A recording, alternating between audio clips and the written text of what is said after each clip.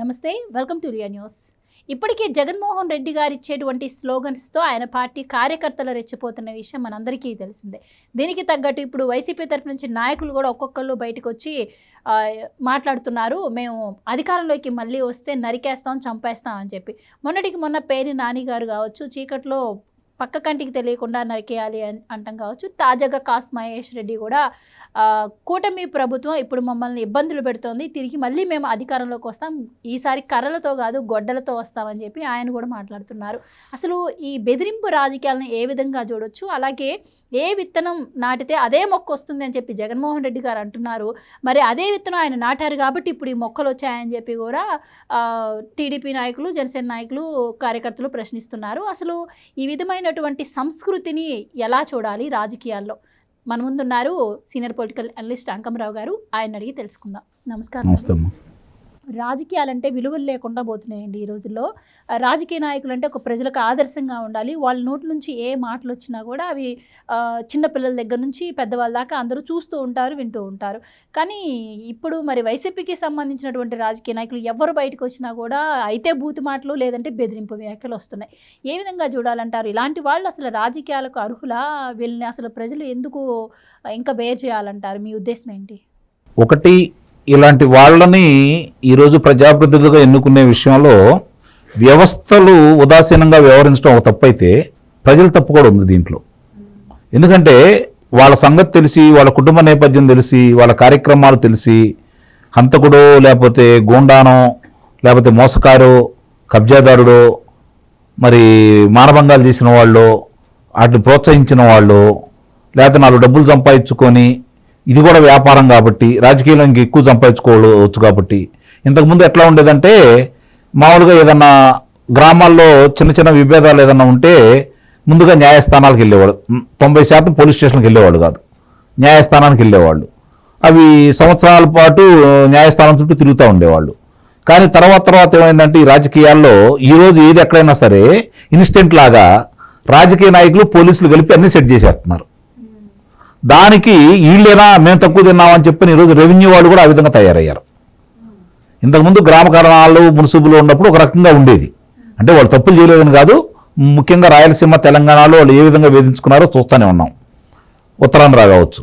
కానీ తర్వాత రామారావు గారు వచ్చిన తర్వాత కరణం మున్సిపల్ని రద్దు చేయటం, తర్వాత సంస్కరణలు తీసుకురావటం, మాండలిక వ్యవస్థను తీసుకురావటం, ప్రజలకు అందుబాటులో పాలన తీసుకురావటం, అప్పుడు సమితులు ఉండేవి. ఈరోజు మండలాలు తీసుకొచ్చిన తర్వాత దగ్గరికి, అంటే ప్రజల దగ్గరికి 20 గ్రామాలు 25 గ్రామాలు, బాగా ఎక్కువగా ఉంటే 25 గ్రామాలకి కలిపి ఒక మండలాన్ని ఏర్పాటు చేసేసి మాండలిక వ్యవస్థ తీసుకొచ్చారు 1987లో. మరి ఆ రోజు నుంచి చూసుకుంటా ఉంటే ఇట్లా వస్తున్నటువంటి దీంట్లో ఎప్పుడైతే ఒకనాడు ఎన్నికలు లేకపోతే ప్రజాప్రతినిధులు, పార్టీలు అంటే ఓ సిద్ధాంతపరంగా ఉండేవి. వాళ్ళకంటే ఓ సిద్ధాంతం ఉండేది. కమ్యూనిస్టులు పోరుబాట, వాళ్ళు కార్మికులు, కర్షకులు అని చెప్పని పోరుబాటలో ఉండేవాళ్ళు.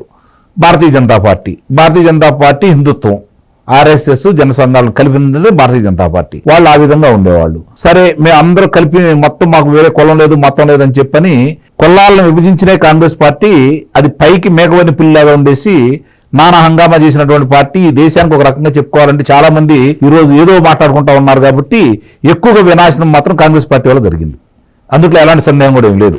ఎందుకంటే వాళ్లే మొట్టమొదటి గోండాలను ఇలాంటి వాళ్ళని పెంచి పోషించింది, ఫ్యాక్షనిస్టులు భుజం తట్టి ముందుకు తీసుకెళ్ళింది. వాళ్ళు చేసిన అరాచకం మామూలు అయితే కాదు. ఆ స్థాయి నుంచి ఈరోజు 2004, ముఖ్యంగా మన తెలుగు రాష్ట్రాలు కనుక చూసుకుంటా ఉంటే 2004లో రాజశేఖర రెడ్డి ముఖ్యమంత్రి అయినప్పటి నుంచి మనకి బీజాలు పడ్డాయి. ఈ యొక్క అంటే వాళ్ళు ఏ విధంగా అంటే ఆయన అలాంటి వాళ్ళని ప్రోత్సహించాడు. కొడుకు ఆయన్ని 4 సార్లు అమ్మినట్టుగా ఆయన 10 మందిని ప్రోత్సహిస్తే ఈయన ఒక 1000 మందిని ప్రోత్సహిస్తున్నాడు. అలాంటి వాళ్ళే కావాలని చెప్పి తిరుగుతా ఉన్నాడు. ఇప్పుడు ఈ రోజు పరిస్థితులు చూస్తూ ఉంటే అధికారంలో ఉన్నప్పుడు అలానే మాట్లాడారు వాళ్ళు, అట్లానే చేశారు కూడా. ఎదురు తిరిగిన వాళ్ళు ఏం చేశారు? సోయానా వాళ్ళ లోక్సభ సభ్యుడు రఘురామకృష్ణరాజు గారిని కావచ్చు, ఇంకొక లోక్సభ సభ్యుడు విశాఖపట్నం లోక్సభ సభ్యుడిని కావచ్చు, మరి శాసనసభ్యులను కావచ్చు, వాళ్ళు ఏ విధంగా ట్రీట్ చేసింది ప్రజలందరూ చూస్తూనే ఉన్నారు. ఎదురు తిరిగి ప్రశ్నించిన ప్రతినిధులను కావచ్చు, అధికార పార్టీకి సంబంధంలో ఉన్నవాళ్ళు కావచ్చు, ప్రతిపక్ష నేతలను కావచ్చు, అధికారులను కావచ్చు, లేకపోతే వైద్యులను కావచ్చు, సుధాకర్ గారిని లాంటి వైద్యులను కావచ్చు, మరి అనితారాణి గారు లాంటి వైద్యులను కావచ్చు, వాళ్ళు ఏ విధంగా ట్రీట్ చేశారో ప్రజలందరూ గమనిస్తూనే ఉన్నారు. అంతకంటే వాళ్ళ గురించి ఎక్కువ ఆశిస్తారు జనాలు. వాళ్ళు అదే పందా కాబట్టే వాళ్ళని ఇంట్లో కూర్చోబెట్టారు. అది వాళ్ళకి ఇంకా అర్థం కావట్లేదు. 164 స్థానాలు కూటమి చేయడం అంటే మామూలు విషయం కాదు. మరి ప్రజలందరూ కూడా వాళ్ళ మీద విసిగిపోయి వాళ్ళు చేసిన తప్పులు, వాళ్ళు చేసినటువంటి అన్యాయాలు, అక్రమాలు, దోపిడీలు, దొంగతనాలు గుర్తించారు కాబట్టి ఈరోజు వాళ్ళ ఇంటికాడ కూర్చోబెట్టారు. ఇవాళ వాళ్ళ పరిస్థితి ఎలా ఉంది? ఇంకో నాకు తెలిసి 2-3 నెలల్లో ఆ పార్టీ క్లోజ్ అవబోతుంది. నిస్సందేహంగా చెబుతున్నాను నేను. చాలా మందికి ఇది విచిత్రంగా ఉంటే ఉండొచ్చు.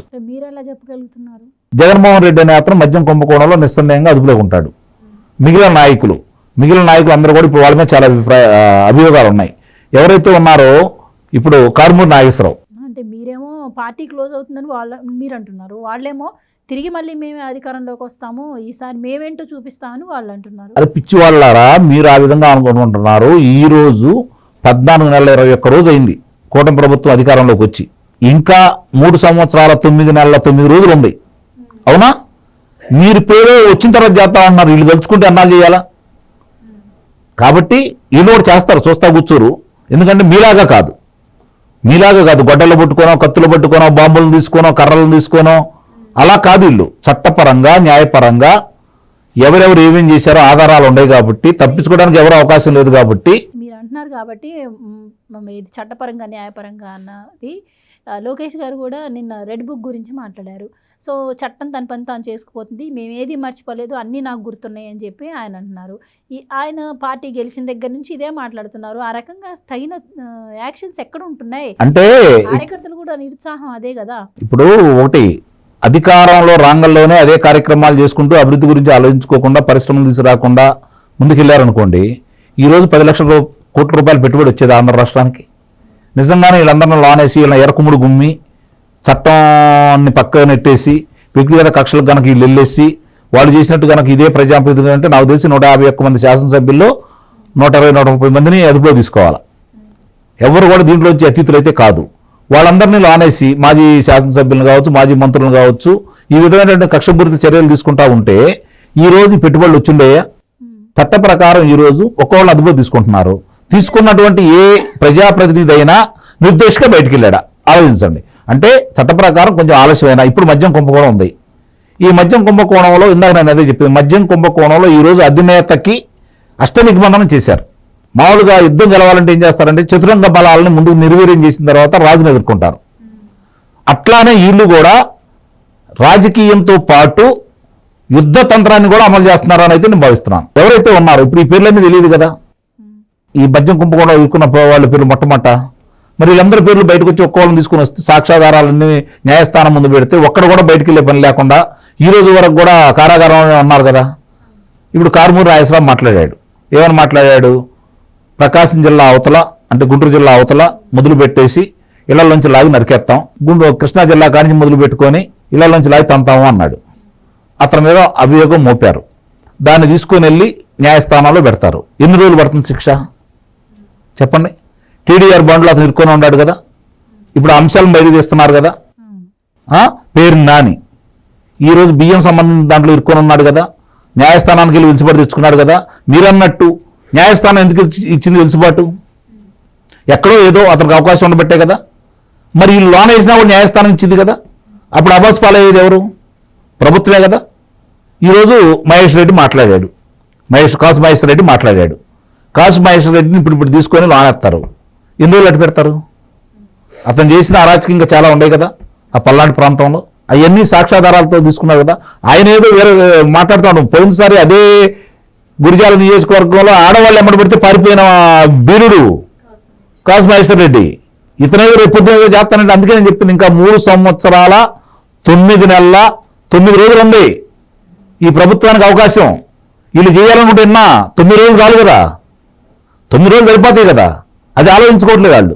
ఇప్పుడు పేరు నాని మాట్లాడినా, లేకపోతే కాసు మహేష్ రెడ్డి మాట్లాడినా, కారుమూరి నాగేశ్వరరావు మాట్లాడినా, సజ్జల రామకృష్ణారెడ్డి మాట్లాడినా నిన్న బెరాలు వెలుగుతున్నాడు. మీకు దమ్ముంటే ప్రతిపక్ష హోదా అయ్యండి. చంద్రబాబు నాయుడు చేతిలో ఉందా అది? లేదా స్పీకర్ గారి చేతిలో ఉందా? ప్రజలు ఇవ్వాలా? అదే ప్రజలు ఇవ్వాలా? న్యాయస్థానం ఇవ్వలేదు మీకు, ప్రజలు ఇవ్వలేదు, వాళ్ళు ఎందుకు ఇస్తారు అని మీరు అంటున్నారు. ఇప్పుడు ఈ మాటలు ఎవరైతే బయటకు వచ్చి మాట్లాడుతున్నారో వీళ్ళందరూ కూడా ఇప్పుడు శిక్షలు పడి వాళ్ళు బెయిల్ మీద బయటకు వచ్చినా రేపు మళ్ళీ వీళ్ళు ఎలక్షన్స్లో పోటీ చేస్తారు. అసలు ఇలాంటి వాళ్ళు గెలిస్తే ఒకవేళ అసలు ప్రజల పరిస్థితి ఏంటి? అసలు అవగాహన తెచ్చుకోవాల్సిన అవసరం అవగాహన లేక 2019లో ఆంధ్ర రాష్ట్ర ప్రజలు వాళ్ళని గెలిపించారు. 2024లో ఎందుకు ఓడిచ్చారు?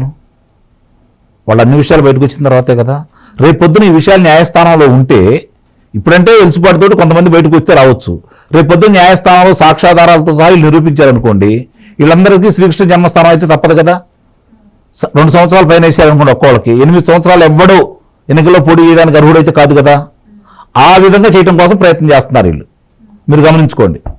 అంతే తప్ప వాళ్ళని వదిలేద్దామనో లేదా ఎర్ర పుస్తకం పనిచేయట్లేదనో ఇవన్నీ వాళ్ళు చెప్పుకునే మాటలు. రెచ్చగొడుతున్నారు వాళ్ళు. రెచ్చగొట్టకుండా వీళ్ళు ఏం చేస్తున్నారు? ప్రతిదీ సాక్ష్యాధారాలతోటి. ఈరోజు చాలా వరకు వ్యవస్థల్లో వాళ్ళ మనుషులు ఉన్నారు కాబట్టి, వాళ్ళకి సమాచారం ఇస్తున్నారు కాబట్టి, అలాగే తప్పిస్తున్నారు కాబట్టి కొన్ని విషయాల్లో అవన్నీ కూడా సమగ్రంగా తీసుకునే క్రమంలో భాగంగా వీళ్ళు కొంచెం ఆలస్యమైనా పర్లేదు, ఎవడు ఒక్కడిని కనుక అదుపులో తీసుకుంటే వాళ్ళు బయటకు వెళ్ళే అవకాశం లేకుండా చేయాలని వీళ్ళు ప్రయత్నం చేస్తున్నారు. దాంట్లో సిట్టు నిజంగా అద్భుతంగా పనిచేస్తుంది కదా. మనం 3 అంశాలుగా చూసుకున్నాం మనం.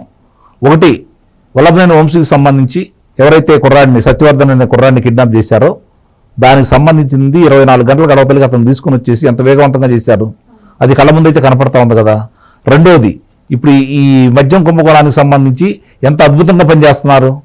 ఇది మనం ఊహించాం ఎంతమంది పేర్లు ఉన్నాయని, అది చేస్తున్నారు కదా. మన కాకాని గోవర్ధన్ రెడ్డి పరిస్థితి ఏంటి?